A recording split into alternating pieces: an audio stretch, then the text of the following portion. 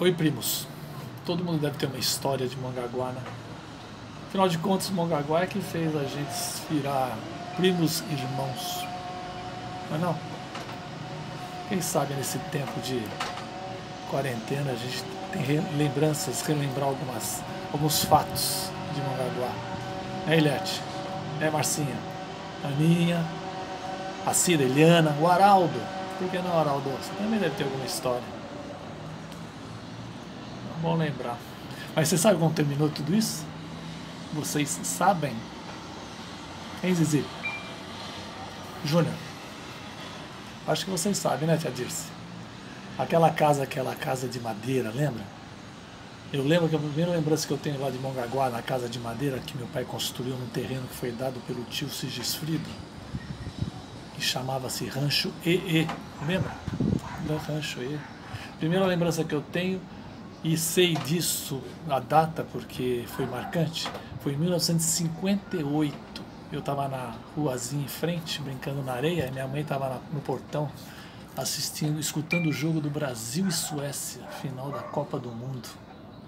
E aí o Brasil ganhou com aqueles golaços do Pelé, e gritava, Brasil é campeão, Brasil é campeão. Então guardou na minha memória. A primeira memória que eu tenho de Mongaguá é em 1958, quando o Brasil foi campeão do mundo.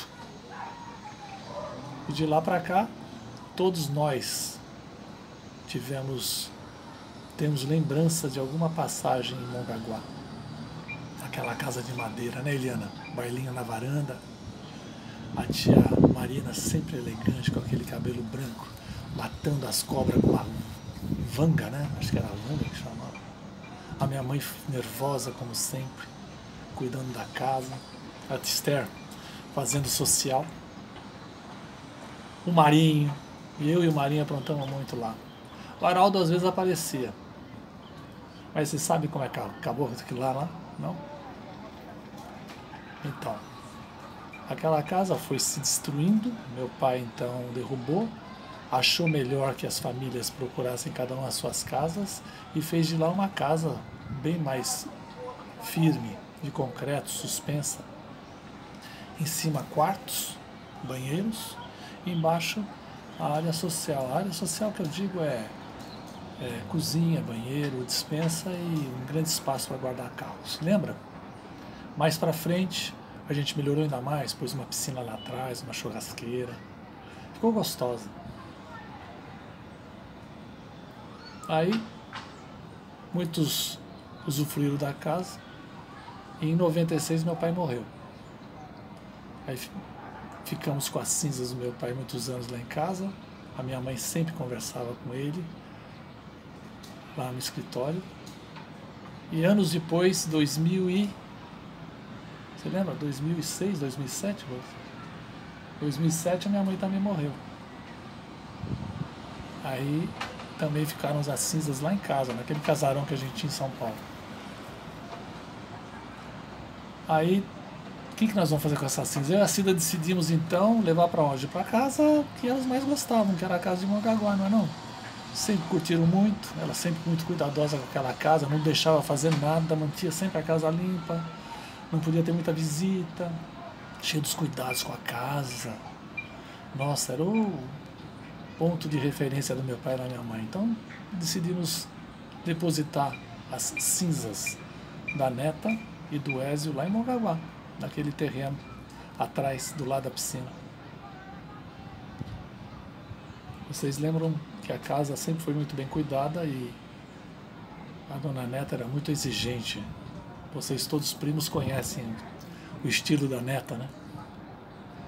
Aí passaram mais alguns anos, eu cuidando da casa, a Cida às vezes aparecia. Começou a se tornar um peso, né? Decidimos, eu e a Cida, vender aquela casa, onde todos nós, naquele terreno, nos divertimos muito. Todos nós, se vocês quiserem depois passar, deve ter alguma lembrança, algum fato, algum caso que aconteceu naquela casa em Mongaguá ou na cidade de Mongaguá. Como a Marisa mesmo falou, que nunca foi no Itapuã. A gente foi, era bem mais jovem. A Marisa acho que era bebê quando a gente ia no Itapuã. Bom, aí decidimos vender aquela casa. Difícil de vender em Mongaguá, Mongaguá City, vender aquela casa em Mongaguá, difícil. Tinha um cara que cuidava da casa para nós, que era o Zé Pedreiro. Zé não, Zé, o Jesus Cristo. Um morador lá da região, caiçara, cabeludo. Zé Cabeludo, isso não, Zé Cabeludo. E ficou sabendo que a gente ia vender a casa.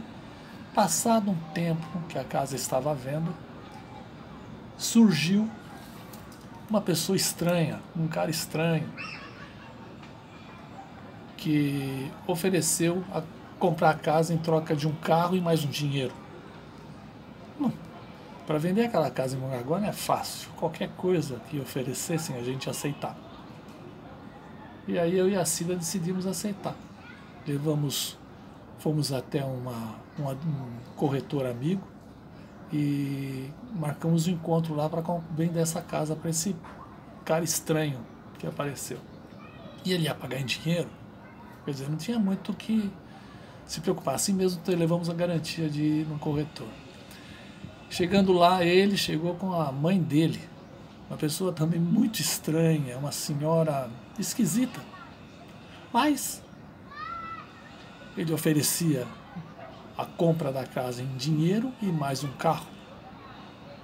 A corretora levantou todos os dados, as informações, falou: Miguel, pode fazer negócio sim. Na hora de assinar o contrato, a pessoa estranha falou assim: olha, só que põe o nome da minha mãe. A gente aceitou. Haroldo, escuta essa.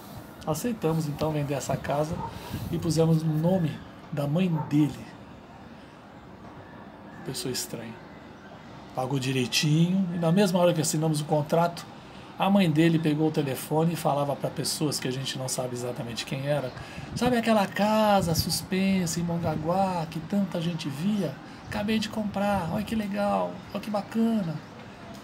Eu e a Cida ficamos curiosos, muito pela alegria que ela tinha de ter comprado aquela casa onde nós todos, aquela área onde a gente se divertiu muito. E onde estava enterrado meu pai e minha mãe. Com as cinzas do meu pai e da minha mãe estavam lá.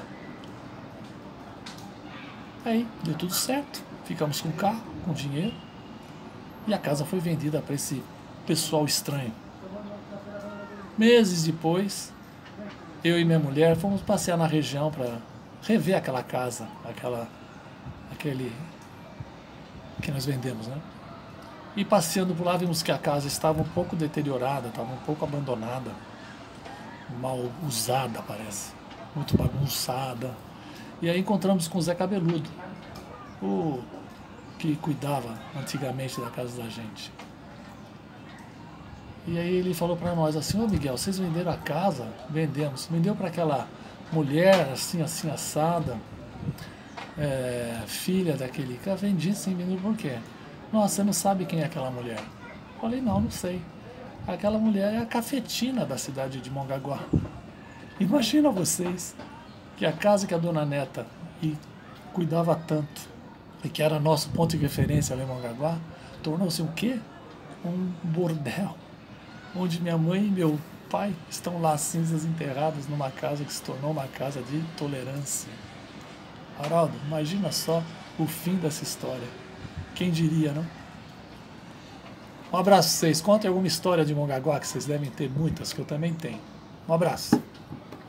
Não sei.